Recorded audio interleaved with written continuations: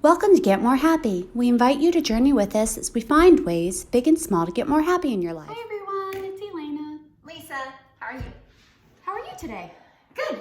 Good. It's a long weekend, so that's nice. Not for me, I had to work. I know. But I only work an hour, so it wasn't that big of a deal. That wasn't too bad. Except last night I was out and, everybody I was with Had the day off. had the day off. You're like, And it was like me going, oh, I don't. yeah, that's okay. Life is, people argue all the time now. Yeah, it's kind of getting a lot. It's getting a lot. It's getting a lot where, and we've talked about this before, where I personally feel like when you put a quarantine in and everybody is stressed out of their minds and there's more time at home and More time, even more time on social media. more time on social media, more time watching the news. As we've talked about in previous talks, the news media can be very, very biased, which is fine when you learn to discern, right? So even if it's something biased and I agree with it, I can still see how. So anyway, we're getting more and more inflamed. We're getting more and more inflamed. And then throw an election in the middle of it. Exactly, a contentious election, which I say that with our current climate and our current, not just the people who are running, but I think us as humanity, as a society, I don't know that we're ever going to see a non-contentious Unless we election redo again. our whole government. Yeah, I mean, we've gotten to the point, maybe eventually the pendulum will swing, people get so fed up with things being this or this. Yeah. I mean, because we've talked about before that it used to be people could cross the aisle. There could be some bipartisanship, which seems to have gone out the window. Less and less, yeah. So we want to talk about how your neighbor is not your enemy. Right. And how we're not going to get through this anyway but together. And if we're constantly tearing each other apart, it's not going to work. Yes. And so there's times in life, I personally am very much a diplomat. You have a very righteous justice streak. Yeah. Right? I do. So I think it's way more comfortable for you to confront people than it is for me. Right. I'm very much a diplomat. I'm very much of I can see that side of it. Right? And even when I feel very, very strongly about something, there are times and places where it's not necessarily appropriate for me to share my views. So I keep my mouth shut, and we're not talking about that today. No. But there are times when you either, whatever you need to say, you need to say. And how do you do that? How do you get that out there without Tearing people down and the aggression and the anger? And then there's situations. There's like at work, family, relationships that you might want to keep. And you have to be careful. And there are times though that you really can't just sit back and be quiet. That's true. So I guess we wanted to talk to today, and we haven't even decided what we're titling it. No, but Depends on where the conversation goes. yeah. So on Sunday, our pastor did a sermon, and he brought up I forget what his acronym was, but I'd heard this acronym several different times, several different ways over the years. And basically, when you have something that you need to say to someone, you need to see if it's Kind, truthful, kind, and necessary. Yeah. Yes. But there are things that are necessary Yes. that the other person may not like it, but there's a way to say things that you and I are pretty freaking good at, but I witness people that just, it seems like they never learned these tactics before of like how to listen to the other's point of view, repeat what they said to give it validity or importance. Perhaps you say, I never thought about that, or agree with a piece of that or something to give them validity before you tell your portion of it. It just seems to be combative. Everything is combative right now, and nobody is listening to anybody. Exactly. So I think that we probably need to divide this out, because there are, like I said, situations where maybe you don't say your piece. Yeah. And then there are situations where you should be able to. So I think that first of all, you need to decide what is your purpose in saying your piece. I had a family member at my house who tends to say a lot of racist and misogynist things, and I, the pacifist and peacemaker I am, can't stand it. Yeah. So I have had to say to that person, we don't talk like that in my house. Right. You know, so, and it was uncomfortable and everything. So there are sometimes family work situations where you do, but here's the deal.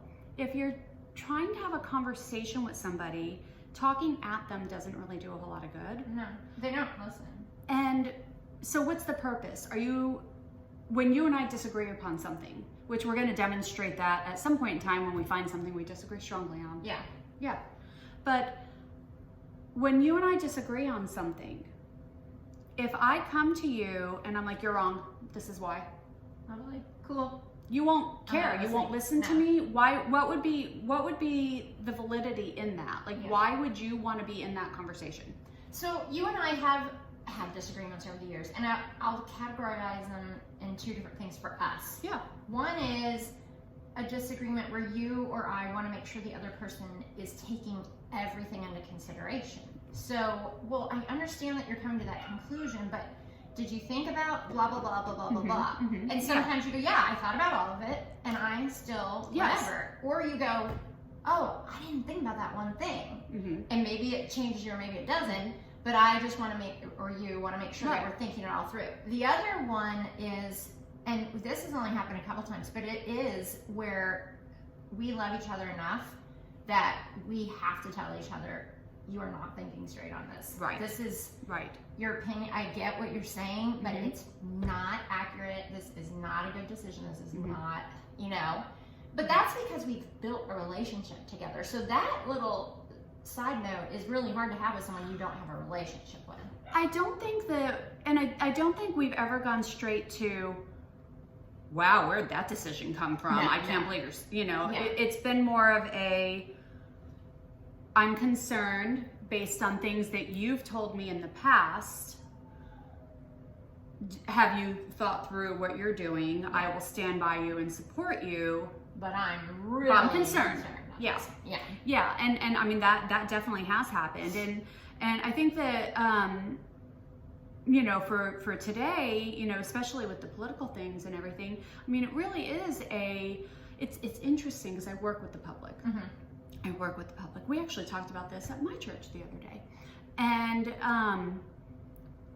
there are times where you have a relationship with somebody that, in whatever platform, you know, like I have a friendship with these people that are in my classes, and then all of a sudden, somebody who I have a relationship with, and this kindness, and you know, this sweet thing with, then they turn around and scream at the lifeguard, and I'm like, wait, what just happened? Yeah, because that's not the you I know. Or they'll come and they'll yell at somebody else because you're standing in my spot, you know, I mean, and it's like, so I think first of all, that is very humbling to me, because it makes me realize that we can find kindness within the majority of people we disagree with. True. We can find a kernel of something that we can connect with. That's true. And you only find it if you're looking for it, and if you're the kind of person that's open to it. Because if you weren't, probably everyone would just see that other side of her. But it's because you like to see that side of people, or you invest in seeing that side of people, or you know, you're attracting it out of them, that you get to see that side of people. I used to tell the kids all the time, like, you know, when they were little and I was trying to explain this concept to them, that even villains have like a mom they love or a dog or a, you know, they have something in their lives, majority, you know, like I'm talking kid level villain, you know. Yeah. But so we're going to be getting into a situation with an election where, and I'm starting to see it now. Oh, it's, God, I'm starting to see it now. So I told my daughter, I saw Haley this weekend, and I told her, I feel like my IQ has dropped because I am not watching anything anymore. I'm so sick of it already. Yeah. I don't want to listen to anybody's point of view because everybody's mad. Everybody's spouting statistics all over the place. I'm not sure how accurate it is, where it came from. I don't even know where to check sources anymore. That, you know, that's I have someone on one side of the aisle that I know on Facebook who has been asking for a long time for somebody on the other side of the aisle to give him the sources they trust. Anybody on the other side of the aisle, where do you find the accurate information? Because I want to double check my sources. And he's having a difficult time with that. Yeah, it is difficult. But I know not everyone's capable of what we're probably asking people to do.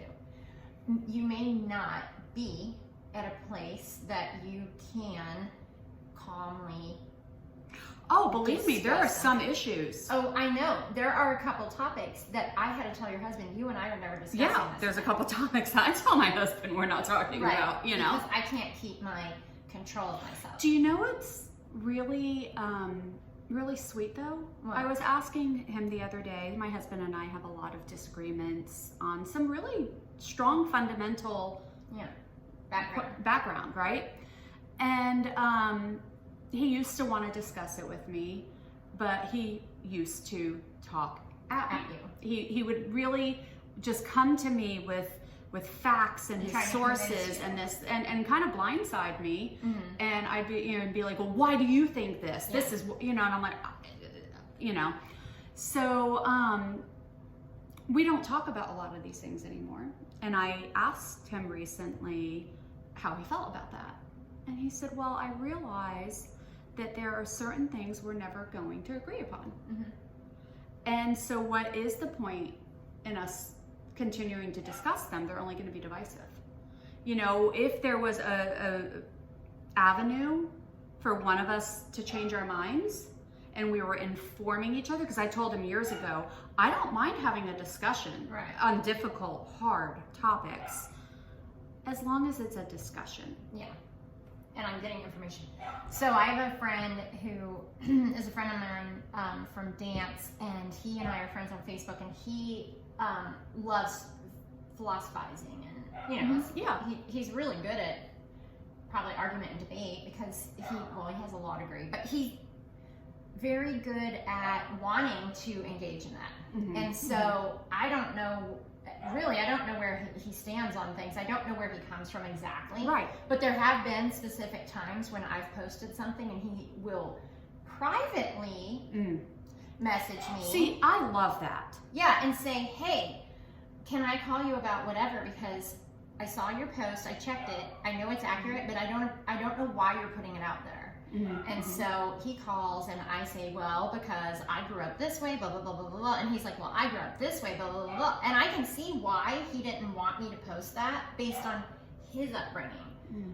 But my upbringing was different. I had different interactions. This particular topic had to do with African Americans. And so it's just nice to be able to speak to somebody who, I'm sure we disagree on a lot of things. But you can, this is what we're calling it.